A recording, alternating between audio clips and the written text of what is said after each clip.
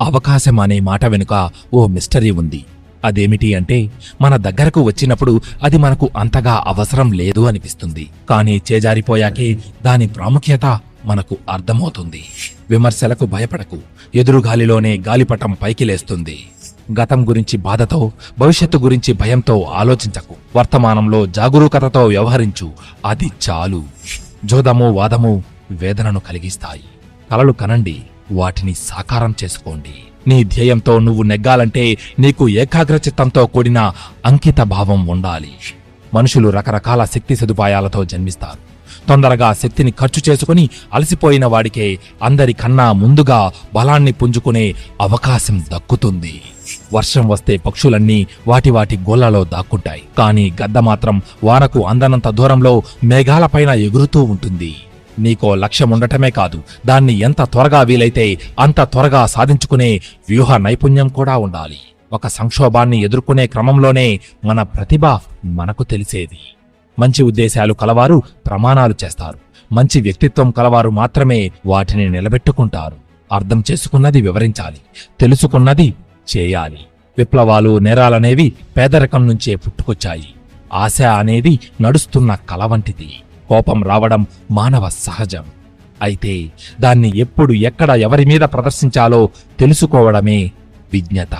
నేర్చుకున్నవాడికి, నేర్చుకోలేని వాడికి మధ్య, ప్రాణమున్న వాటికి, ప్రాణం లేని వాటికి మధ్య గల తేడా గలదు. వేచి ఉంటే అవకాశాలు వస్తాయి, కానీ అవి దూసుకుపోయే వాళ్ళు వదిలేసినవి మాత్రమే. సంపద రెక్కలు వచ్చి ఎప్పుడైనా ఎగిరిపోవచ్చు, కానీ కలకాలం నిలిచేది సత్ప్రవర్తన మాత్రమే. తన దేశాన్ని చూసి గర్వించే మనిషి అంటే ఎవరైనా సరే ఇష్టపడతారు. మండిన కొవ్వొత్తి మనది కానట్లే గడిచిన కాలము తిరిగి రాదు. మిత్రమా, సమాజంలో రావాల్సిన మార్పేమిటో మనకు తెలుసు. ఆ మార్పు కోసం మనం ఏం చేయాలో కూడా మనకు తెలుసు. అది చేయడం అంత తేలిక కాదని కూడా తెలుసు. అయితే అందరూ చేతులు కలిపితే తప్పక సాధించగలం. ఇది రాసిపెట్టుకో.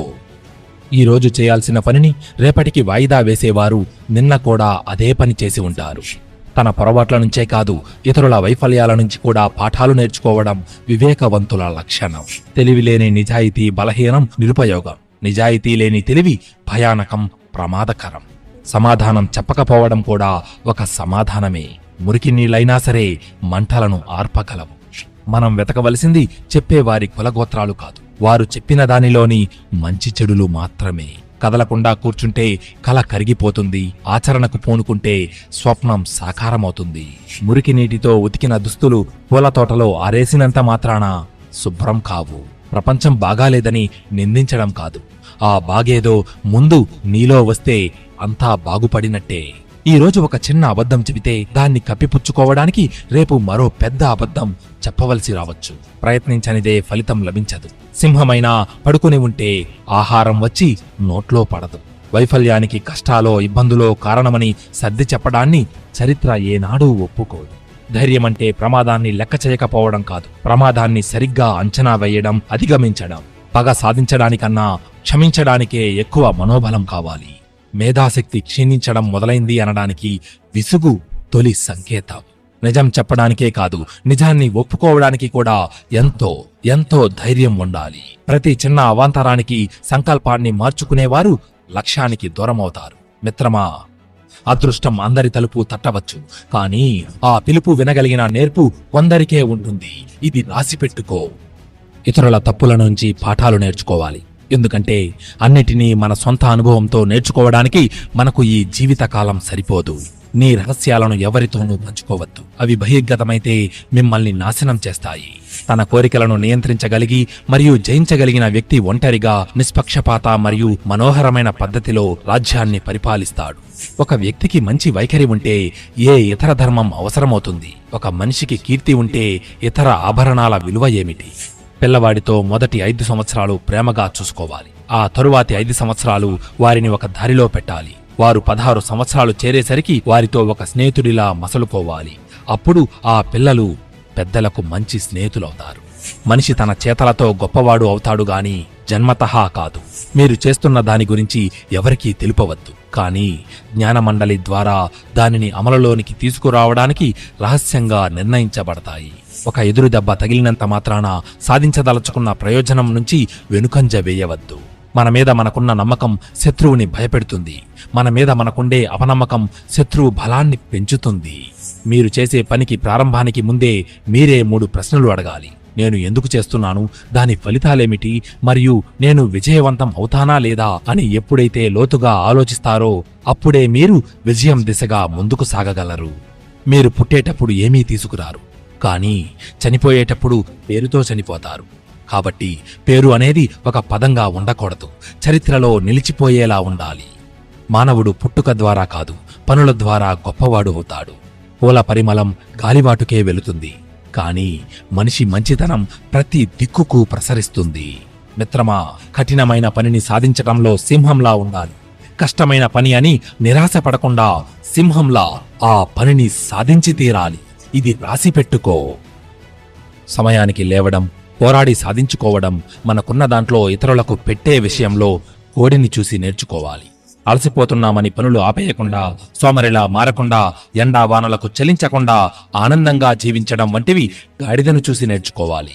అబద్ధము శక్తిని పొందినంత మాత్రాన అబద్ధము ఎన్నడూ నిజం కాదు. ఐక్యతలో ఉన్న ప్రాముఖ్యత శాశ్వతమైనది. చిన్నపాటి విషయాలలో నమ్మకంగా ఉండాలి, ఎందుకంటే వాటిలోనే మనం మన బలాన్ని కలిగి ఉంటాం. మనం వినయంలో గొప్పగా ఉన్నప్పుడు మాత్రమే గొప్పకు చేరువవుతాం.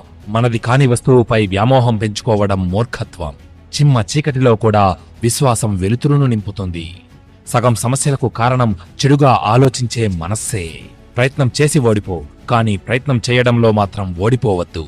మన ఉనికి కోరుకునే అనంతం వైపు మనకు దొరకనిది ఐశ్వర్యం మాత్రమే, కానీ స్వేచ్ఛ మరియు ఆనందం దొరుకుతుంది. ప్రమాదాల నుండి రక్షించమని ప్రార్థించకుండా వాటిని ఎదుర్కొన్నప్పుడు భయపడకుండా ఉందాం. ఇవ్వడం నేర్చుకో, తీసుకోవడం కాదు. సేవ అలవరుచుకో, పెత్తనం కాదు. ఉత్తములు ఆత్మవిమర్శ చేసుకుని తమని తాము దిద్దుకుంటారు. అధములు మాత్రమే పరనింద చేస్తూ దిగజారుతూ ఉంటారు. ఎప్పుడూ ఒకరికి ఇవ్వడం నేర్చుకోవాలి, తీసుకోవడం కాదు. గమ్యం స్థిరంగా ఉండాలి, ప్రయత్నంలో రాజీ ఉండకూడదు. అప్పుడే విజయం మనదవుతుంది. సహనం కోల్పోయిన వ్యక్తి సమాజంలో గౌరవాన్ని పొందలేడు. నిన్ను చూసి చప్పట్లు కొట్టే 10 వేళ్ల కన్నా కన్నీరు తుడిచే 1 వేలు మిన్నా. నిన్ను నీవు తెలుసుకుంటే భగవంతుణ్ణి తెలుసుకున్నట్టే. సత్యాన్నే పలుకు, మాట్లాడే ముందు ఆలోచించు, ఆ తరువాతే లిఖించు. లోకాన్ని ఒక్కో వ్యక్తి ఒక్కో రకంగా చూస్తాడు. ఎదుటి వారి తప్పులను ఎత్తి చూపడం కాదు, నీ తప్పులు నువ్వు తెలుసుకున్నప్పుడే ఎదుగుతావు. నువ్వు సూటిగా నిజాయితీగా వ్యవహరించినా ప్రజలు నిన్ను మోసగించవచ్చు. అయినా సరే నువ్వు సూటిగా నిజాయితీగా ఉండు. మిత్రమా, 100 మందికి నీవు సహాయపడలేకపోవచ్చు, కానీ కనీసం ఒక్కరికైనా సహాయపడు. ఆహారం రుచిగా లేదని ఫిర్యాదు చేసే ముందు తినడానికి ఏమీ లేని పేదల గురించి ఆలోచించు. ఆకలిగా ఉన్న పేదవారికి అన్నం పెట్టినంత పుణ్యకార్యం మరొకటి లేదుగాక లేదు. మిత్రమా, ఆఖరుగా ఒక్క మాట. అసమర్థులకు అవరోధాలుగా కనిపించేవి సమర్థులకు అవకాశాలుగా కనిపిస్తాయి. ఇది రాసిపెట్టుకో.